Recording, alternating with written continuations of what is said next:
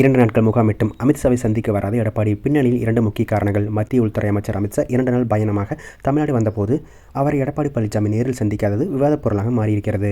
இதற்கு அமித்ஷாவின் டிமாண்டுகளை எடப்பாடி பழனிசாமி ஏற்க மறுப்பதும், எடப்பாடி பழனிசாமி ஒதுக்குவதாக கூறும் தொகுதிகளை அமித்ஷா ஏற்க மறுப்பதுமே காரணமாக சொல்லப்படுகிறது. தமிழ்நாட்டில் சட்டசபை தேர்தலுக்கு இன்னும் 2 மாதங்கள் மட்டுமே இருக்கும் நிலையில் அதிமுக, பாஜக கூட்டணி கடந்த ஆண்டு ஏப்ரல் மாதமே உறுதி செய்யப்பட்டுள்ளது. இந்த கூட்டணி அமைக்கப்பட்ட சுமார் 8 மாதங்கள் கடந்துவிட்ட சூழ்நிலையில் தற்போது தொகுதி பங்கீடு பேச்சுவார்த்தை நடந்து வருகிறது.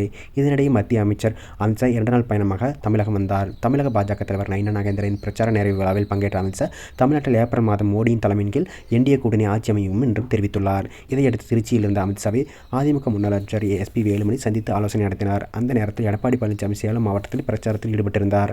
இதனால் அடுத்த நாளில் அமித்ஷா எடப்பாடி பழனிசாமி சந்திப்பு நடக்கும் என்றும் எதிர்பார்க்கப்பட்டது. ஆனால் கடைசி வரை இவர்களின் சந்திப்பு நடக்கவில்லை. இதற்கு 2 முக்கிய காரணங்கள் சொல்லப்படுகிறது. அதாவது அமித்ஷா தரப்பில் ஒருங்கிணைந்த அதிமுக உருவாக வேண்டும் என்றும் வலியுறுத்தப்பட்டுள்ளது. அதாவது டிடிவி தினகரன் மற்றும் ஓபிஎஸ் ஆகிய இருவரையும் கூட்டணி இணைக்க வேண்டும் என்றும் கூறியிருக்கிறார்கள். ஆனால் எடப்பாடி பழனிசாமி இதற்கு ஒப்புக்கொள்ள மறுப்பதாக கூறுகிறார்கள். அதேபோல பாஜகவுக்கு சுமார் 50 தொகுதிகள் வரை ஒதுக்கீடு செய்ய வேண்டும் என்றும் அமித்ஷா நேரடியாகவே கூறியிருக்கிறார். ஆனால் எடப்பாடி பழனிசாமி 28 தொகுதிகள் வரை மட்டுமே ஒதுக்கீடு செய்யப்படும் என்றும் கூறுவதாக சொல்கிறார்கள். இதனால் அமித்ஷாவின் 2 முக்கிய டிமாண்டுகளையும் எடப்பாடி பழனிசாமி ஏற்க மறுத்து எஸ்பி வேலுமணி மூலமாக பேச்சுவார்த்தை நடத்தி வருகிறார். இதனால் அமித்ஷா தரப்பில் அடுத்தடுத்த நடவடிக்கைகள் எடுக்க தயாராகி வருவதாக கூறப்படுகிறது.